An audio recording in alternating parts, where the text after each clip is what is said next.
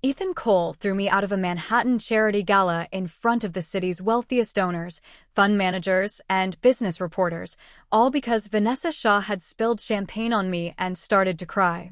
I did not beg him to reconsider. I asked hotel security to document my bleeding hand, then walked out. Less than a week later, after he defended the same woman when her car struck me at a private track, I left my wedding ring beside the separation papers and boarded a flight to Zurich. 2 years later, Ethan found me outside a hotel in the middle of a snowstorm. He dropped to his knees in the street, clutching the ring I had abandoned. "Claire, I was wrong," he said, his eyes red and hollow. "Come back with me. I don't care about the company anymore. I don't care about the Cole name. I only want you."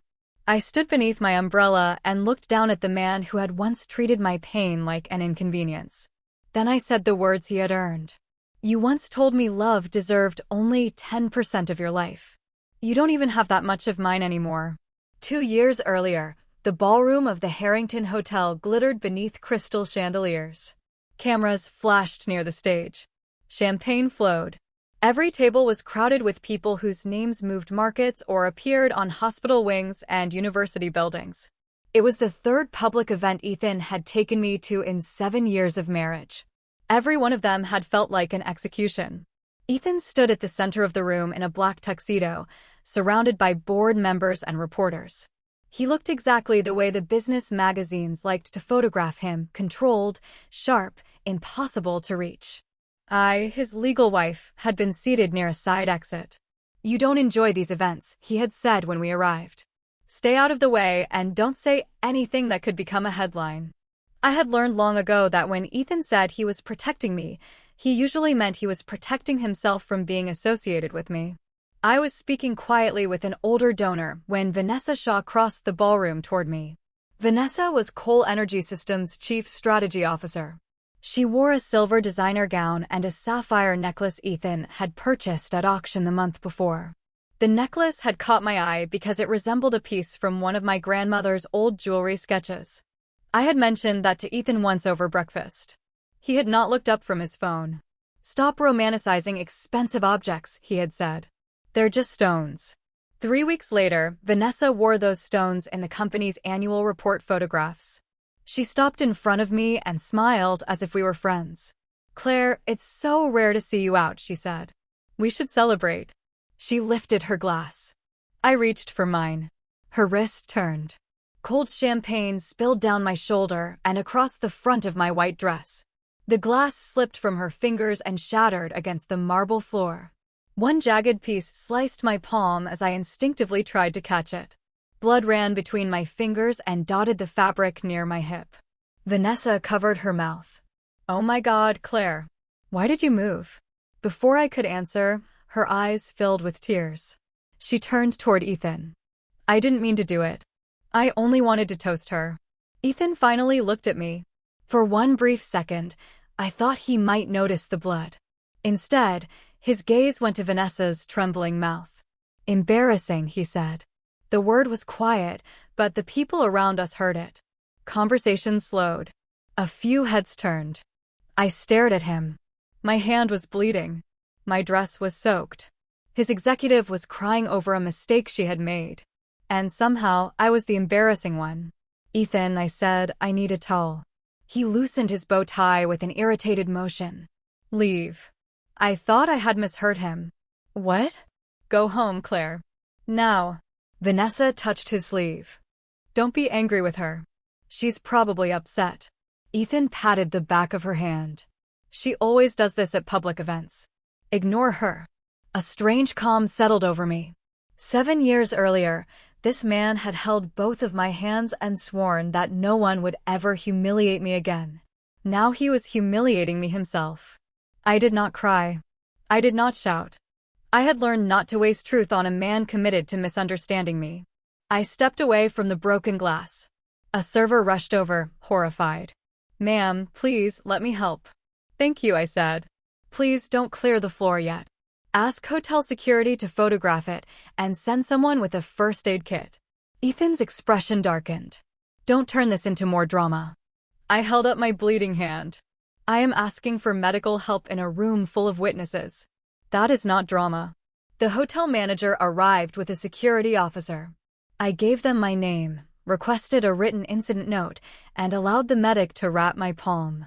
Vanessa stared at me as if my refusal to quietly clean up her mess were a personal attack. Then I looked at Ethan. You told me to leave, I said. I'm leaving. But I will not apologize for being hurt. I turned before he could answer. It was the first time in 7 years I had walked away without waiting for his permission. The ballroom doors closed behind me. Within seconds, the music rose again. Glasses clinked. Conversations resumed. The entire room moved on as if Mrs. Cole had never existed. At home, I photographed my hand, sealed the stained dress in a garment bag, removed 2 splinters of glass, and wrapped the wound myself. Then I opened the safe in Ethan's study. I took out my passport, my independent advisory agreement, the shareholder loan documents, records of my unpaid compensation, and the statements for the investment account my mother had left me. I scanned every page and sent Daniel Reed, the attorney who had handled my mother's estate, a single email. I need an urgent appointment. Marriage, company authorizations, and evidence preservation. The clock on the mantel reached 2 in the morning. I was not waiting for Ethan. I was waiting for my hands to stop shaking enough to finish a list of everything I needed to protect. My phone lit up with an Instagram notification. Vanessa had posted a photograph from Ethan's passenger seat. His tuxedo jacket was draped over her bare shoulders. Manhattan lights streaked beyond the window. The caption read, "Late night drive. Grateful for the one person who always shows up when I need him." The comments were worse. "You two look perfect together. Ethan only smiles like that around you. You should have attended the gala as a couple." The people commenting knew he was married. They simply did not think the marriage mattered. Vanessa looked more like Ethan's partner than I ever had. She stood beside him at press conferences, traveled with him to investor meetings, and appeared in every photograph that mattered. I lived in our Upper East Side townhouse and kept the lights on. I closed the app and leaned back against the sofa. For the first time, I allowed myself to remember the whole story without editing it to protect him. I was 24 when I graduated from the London School of Economics. I had an offer from a top investment bank in New York and a career path I had worked toward since I was a teenager. At the same time, Ethan's clean energy startup was collapsing. His bank had frozen a credit line. Suppliers were demanding payment. One co-founder wanted out. Even Ethan's relatives were telling him to file for bankruptcy. He came to me late one night, exhausted and terrified. "Give me 3 months," he said. "If the company survives, I'll spend the rest of my life making this worth it." I believed him. My mother had left me 2 London apartments and a conservative investment account. I sold the apartments and documented most of the proceeds as a shareholder loan to his company. I kept the separate investment account because it was the last piece of financial advice my mother had given me before she died. Never love anyone so much that you leave yourself no way out. At 24, I thought keeping the account meant I had listened. I had not understood that money was not the only thing a woman could surrender. I rebuilt Ethan's cash flow model. I negotiated extended terms with suppliers. I called former professors, alumni, and every investor who would agree to give us 20 minutes. My university mentor, Evelyn Grant, had recently joined a European Special Situations Fund. She reviewed my restructuring plan and persuaded her partners to participate in a rescue financing alongside Helvetia International Bank. One of the financing conditions was that I sign a formal independent risk advisory agreement. I would review major financing models, verify management disclosures, and provide an independent opinion to the bank and co-investors. The contract also contained a key advisor clause. If I resigned, or if management materially misrepresented the company's condition, the lenders could pause any undrawn financing and reopen due diligence. Ethan knew about the agreement. He just refused to call it work. When reports arrived at our house, I reviewed them after midnight. When the bank had questions, I joined calls from the kitchen or flew quietly to Zurich. I never received public credit. Ethan did not want me on the board, in interviews, or in company materials. "A founder needs one clear story," he told me. "If people think my wife built the financing, they'll say I succeeded because of you." I wanted to protect his confidence, so I erased myself. When his mother became ill, I postponed my New York job and spent 6 months outside the intensive care unit. Before she died, she held my hand and whispered, "Claire, this family owes you more than it will ever repay." I told her it did not matter. Ethan had promised to love me. I thought love would balance the account. In the first year of our marriage, I became pregnant.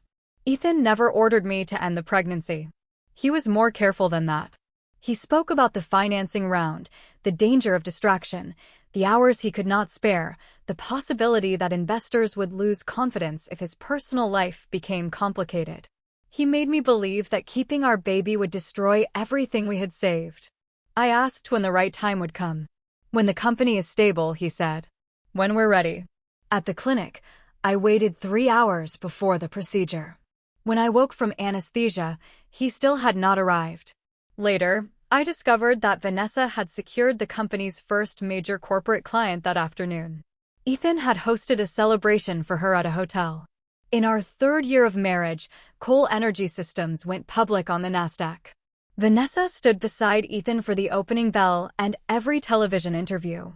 I watched from home with a container of cold takeout in my lap. That night, I confronted him. I asked for 3 things: formal recognition of my advisory work, a seat at meetings where my name carried legal responsibility, and marriage counseling. Ethan accused me of trying to take credit from him. I stopped reviewing company models for 6 weeks. A lender deadline was missed, and for the first time he understood that my work could not simply be summoned whenever he needed it.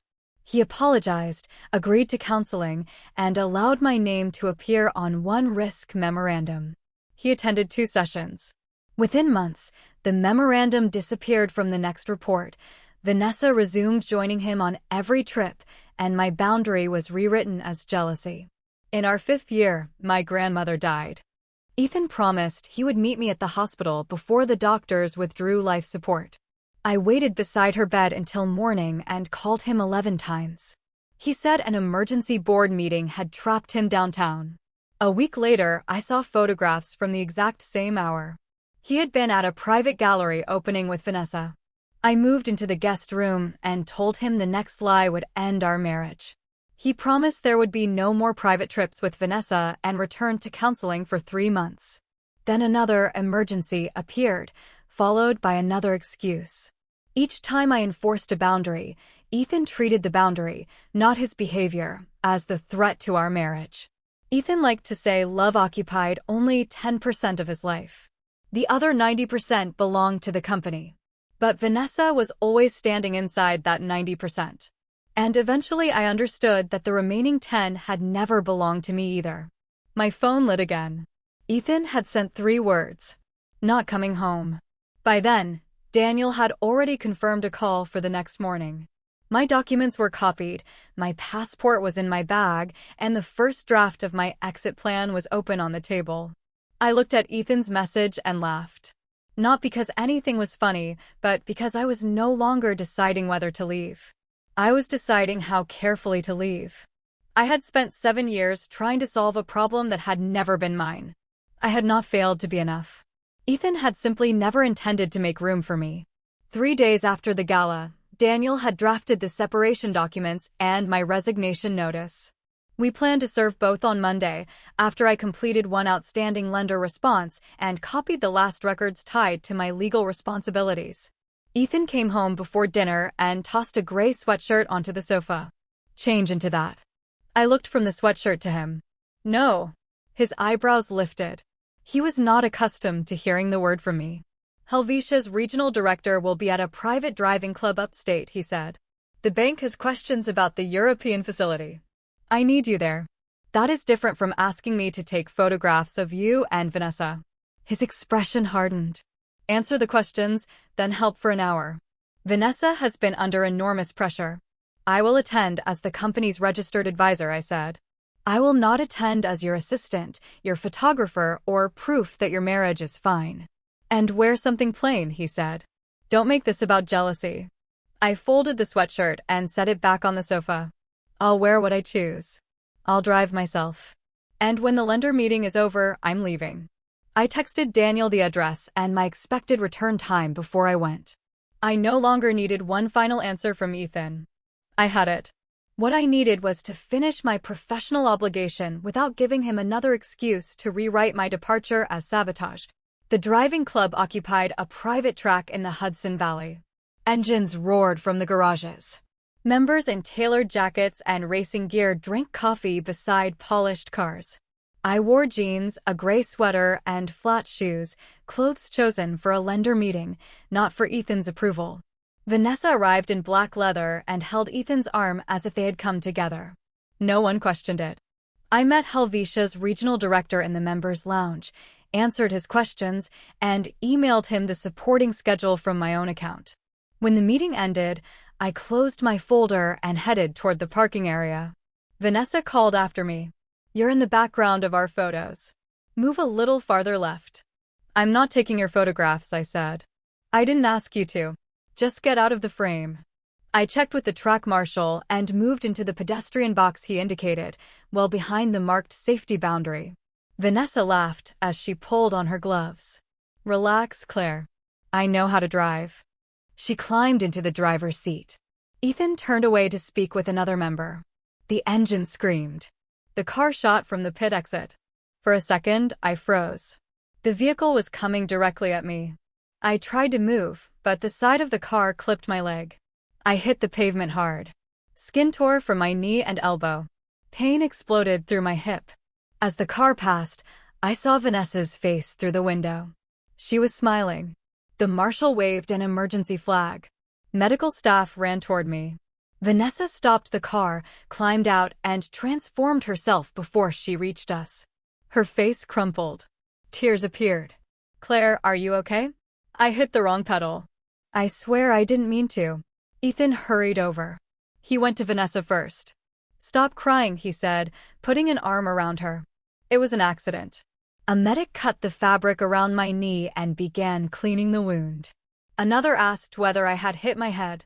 Vanessa pressed a hand to her chest. "She's bleeding. Are the police going to question me?" Only then did Ethan glance down at me. There was no fear in his face. Only irritation. "She's not dying." He turned to the club manager and insisted the report describe a low-speed pedal error. He said there was no reason to involve the police or create an insurance problem. I looked up at him from the pavement. I stood where she told me to stand. Ethan's jaw tightened. "Claire, she made a mistake. Stop turning everything into a scandal." Then he said the sentence that ended my marriage. "Can you go anywhere without ruining everyone's day?" The manager ignored his pressure and completed the mandatory incident report. A medic advised me to get imaging at a nearby clinic. Before they moved me, I looked directly at the manager. "Preserve every camera angle, the vehicle telemetry, the witness list, and the original report," I said. "Please note that I am requesting formal law enforcement notification. My attorney will send a written preservation demand tonight." Ethan stared at me. "Claire, don't be vindictive." I held his gaze. "You're right about one thing. I should never have come here. I will not make that mistake again." Then I told the medic that I was ready to leave. My hands shook as I accepted a copy of the report, but my voice did not. I did not need Ethan to believe that Vanessa had smiled. Evidence did not require his permission. At the clinic, X-rays showed no fracture. I sat alone in a hallway with my knee bandaged and called Daniel Reed, the attorney who had handled my mother's estate. "Daniel, it's Claire." He heard something in my voice and stopped asking polite questions. "What happened?" "I need you to send a preservation letter to the driving club. Secure the surveillance footage, vehicle telemetry, witness statements, incident report, and my medical records." "Are you pursuing an injury claim?" "Yes." I took a breath. "And the separation documents and resignation notice we drafted, serve them tonight." The silence on the other end lasted only a second. "What do you want protected?" "My separate inheritance account. My unpaid advisory compensation. The documented shareholder loan. Everything that legally belongs to me." "And Ethan's premarital shares?" "I won't make an additional claim against them. I don't want the townhouse. I don't want his name." "Claire, do not give away assets simply to prove you are not greedy." "I'm not. I'm leaving with what is mine." I told him to terminate every joint authorization, withdraw my access from company and bank matters, and end my independent advisory agreement. "Where will you go?" he asked.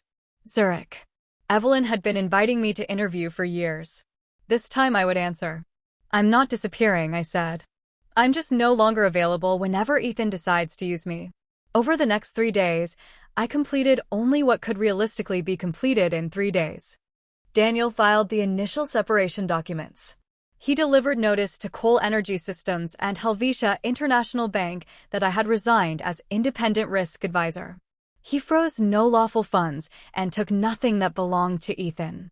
He simply removed my name, labor, and liability from every place where Ethan had treated them as permanent property. I canceled joint credit access. I arranged for my personal belongings and family heirlooms to be shipped. The jewelry Ethan had given me went to an auction house, with instructions that the eventual proceeds support programs helping women return to work after caregiving or divorce. I kept my inheritance account and the compensation the company legally owed me. Leaving a destructive marriage did not require me to destroy myself. I placed the separation papers on the desk in Ethan's study. My wedding ring rested on top. Before I left, I stood in the living room and looked around. I had chosen the sofa, the curtains, the books, the flowers on the dining table. I had created every trace of warmth in that house. Ethan had never noticed that I left a lamp on for him each night. He had never noticed that a home was something a person made, not something a man purchased. My suitcase rolled quietly across the floor. As I reached the front door, my phone buzzed. "Not coming home for dinner," Ethan had written. I read it once, disabled our shared household account, blocked his personal number, and stepped outside. "JFK," I told the driver. Manhattan slid past the window in ribbons of light. I cried on the way to the airport. Not because I wanted to stay. I cried because I had spent 7 years calling endurance loyalty and self-erasure love. Protecting myself was not betrayal. It was the first honest decision I had made in a long time. Ethan returned at 3 in the morning. The house was dark. He called my name with the irritation of a man expecting immediate service. No one answered. He switched on the lights and saw the empty surfaces. In his study, he found the separation papers and the ring. He read my signature, then laughed once under his breath. "What are you doing now?" He called me. The call did not connect. He tried again and realized he had been blocked. For the first time, the silence of the house unsettled him. His eyes returned to the ring. Our wedding date was engraved inside. "She won't really leave," he said aloud. He called his assistant. "Find Claire." 10 minutes later, the assistant called back. "Mr. Cole, Ms. Bennett boarded a flight to Zurich 3 hours ago." "What?" "Her attorney has served separation documents. She also removed all joint account permissions and resigned from her independent risk advisory role." Ethan's voice sharpened. "What does her resignation have to do with anything?" "The European acquisition financing includes a key advisor provision. Helvetia and the co-investors can pause undrawn funding and reopen due diligence." "How much is undrawn?" "Roughly 380 million euros remains in the facility. The money already advanced is not being recalled, but the next release has been suspended." Ethan's first reaction was not fear. It was rage. "She's using the company to force me to chase her." "Sir, her notice states that she is terminating her personal role and authorization. It does not demand anything from you. Tell the bank Coal Energy doesn't need her." The next morning, Helvetia International Bank issued a formal due diligence notice. The European acquisition did not collapse overnight. It simply lost access to the next stage of financing. 48 hours later, Coal Energy's board held an emergency meeting. Ethan entered convinced the problem was temporary. Vanessa sat at his right hand and pushed a coffee toward him. "Claire reviewed some spreadsheets," she said. "That doesn't mean the company cannot operate without her. I have managed the European strategy for 2 years. I'll take over." Ethan looked at her and relaxed. "I trust you." The bank's representatives asked for a new cash flow stress test, full disclosure of management conflicts, and an explanation for the advisor's resignation. Vanessa presented a report she had assembled overnight. It looked impressive. The charts were polished. Her delivery was confident. A senior bank officer read 5 pages and closed the document. Ms. Shaw, this model uses outdated interest rate assumptions, excludes the cost of currency hedging, and does not show how the company survives if its 2 largest customers delay payment. Vanessa stiffened. We expect those customers to pay on schedule. The banker slid the report back across the table. This model assumes everything goes right. Risk management exists to show us what happens when it doesn't. No one spoke. He continued. For 7 years, Ms. Bennett has been the formally registered independent advisor under this facility. She signed every annual review and personally answered many of our due diligence questions. Ethan's face hardened. She was my wife. She helped occasionally. The banker looked directly at him. We did not pause financing because she was your wife. We paused it because your company allowed one professional outside management to carry a critical risk function without building an internal replacement. Ethan had always known I joined calls and reviewed files. He simply had not considered those nights, models, and meetings to be contributions. In his mind, I was a wife. Wives filled gaps. Vanessa stood beside him in photographs, so she was the partner who mattered. He had erased my name to preserve the myth that he had built everything alone. Now that I had legally stepped away, he was finally forced to see the structure he had been standing on. After the meeting, he swept a stack of documents from his desk. Contact Claire. His assistant lowered her eyes. All communication must go through Daniel Reed. Tell her she can have the divorce after she comes back and fixes this. Daniel replied 3 hours later. Ms. Bennett has lawfully terminated her advisory agreement and personal authorizations. Coal Energy Systems' operational failures are not her responsibility. She has waived any additional claim to Mr. Cole's premarital shares and the marital residence, while preserving her separate property, unpaid advisory compensation, and documented shareholder loan rights. She has taken nothing that is not legally hers and has no obligation to continue repairing management failures without authority, recognition, or compensation. Ethan read the message repeatedly. For the first time, he could not describe my departure as greed, jealousy, or manipulation. I had not attacked him. I had simply stopped carrying what belonged to him.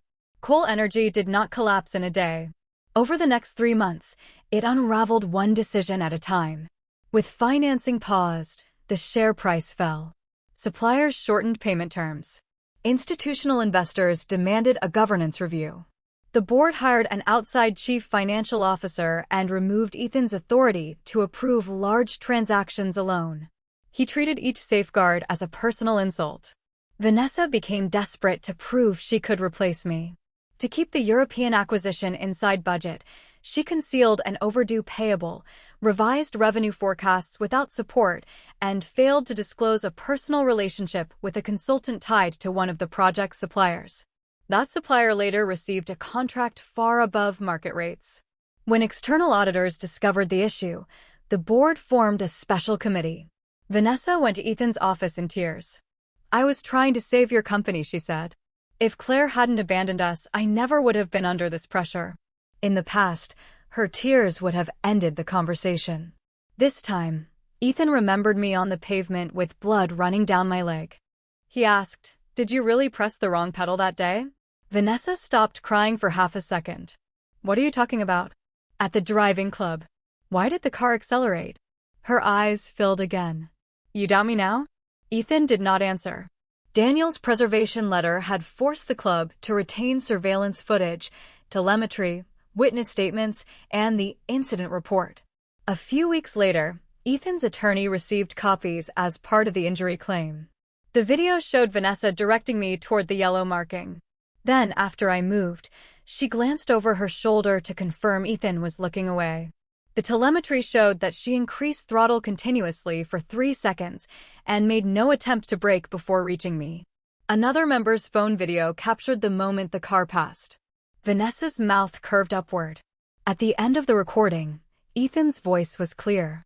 "She's not dying. Don't turn an accident into a scandal." He watched it again and again. For the first time, he saw the injured woman on the ground not as a difficult wife, but as a person he had failed to protect. The next morning, he placed the footage, telemetry report, and witness statements on his desk and called Vanessa in. "You accelerated on purpose." Her face drained of color. I panicked. I wanted to scare her. "I never meant to hit her." "You didn't break." "What does that prove?" she snapped. Then something in her broke. "For 7 years, you chose me every time. When she ended her pregnancy, you celebrated my contract. When her grandmother died, you came to the gallery with me. When she was bleeding at the gala, you made her leave." Vanessa leaned across the desk. "You taught me that no matter what I did, you would stand beside me." Ethan went pale. "I went to meetings with you. I handled the press. I took the calls. Everyone saw me as your partner," she continued. "Claire hid at home and fixed your paperwork. Even you refused to admit she mattered. How dare you blame me for believing you?" For once, Ethan had no defense. He had erased my contribution and then acted surprised when everyone else dismissed me too. "Get out," he said. Vanessa stared at him. "You're throwing me away for her?" "No," his voice was flat. "I'm finally looking at what I allowed and what that says about me." Vanessa was suspended. The special committee later confirmed that she had failed to disclose the supplier relationship and had altered project forecasts to push through an overpriced contract. The company sued her for breach of fiduciary duty and financial losses.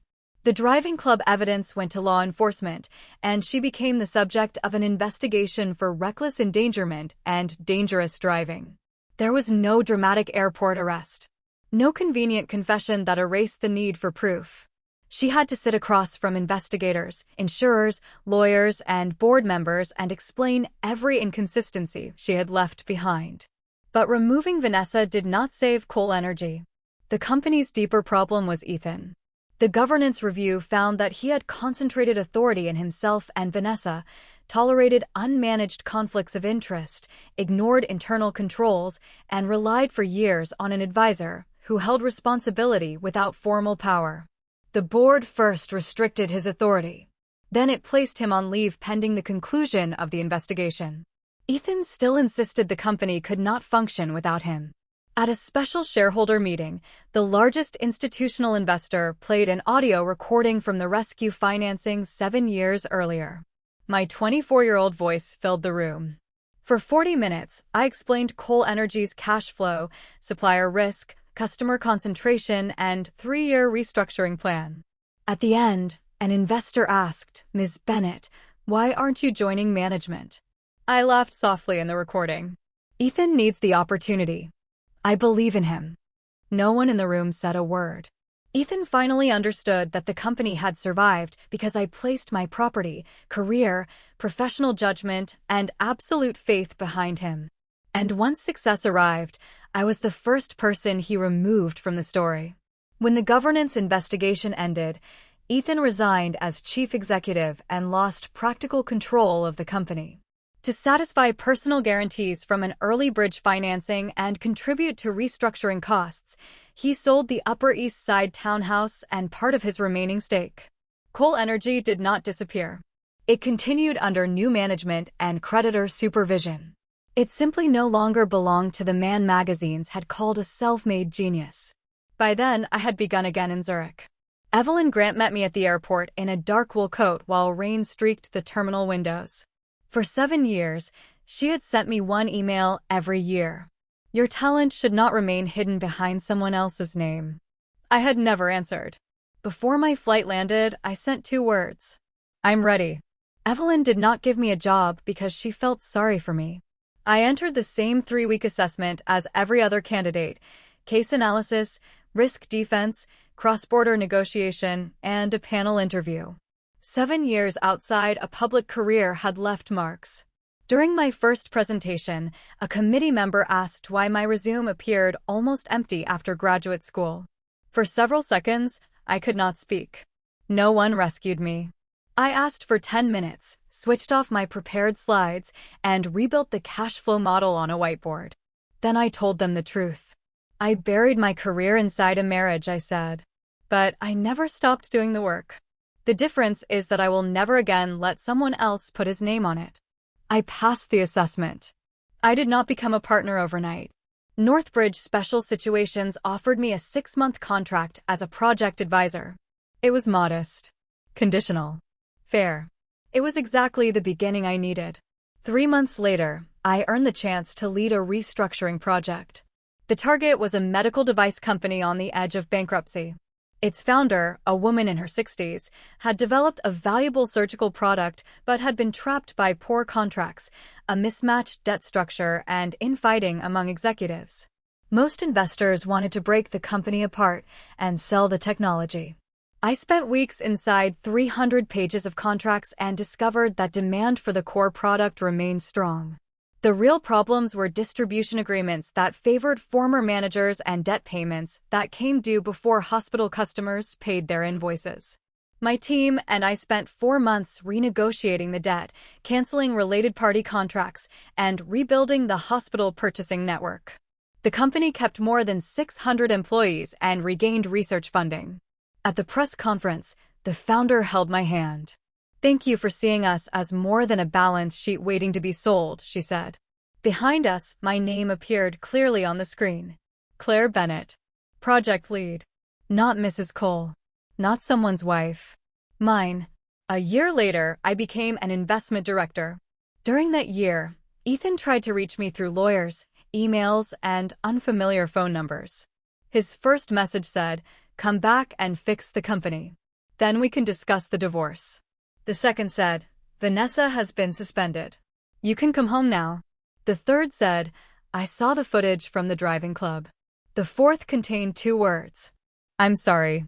The fifth was longer. "I don't know how to repair what I did. I don't know whether you will ever agree to see me. But I finally understand that you were not asking me to choose between you and the company. You were asking me to treat you like a human being." I answered none of them. Not to punish him. A late apology is not a ticket back into the life of the person you harmed.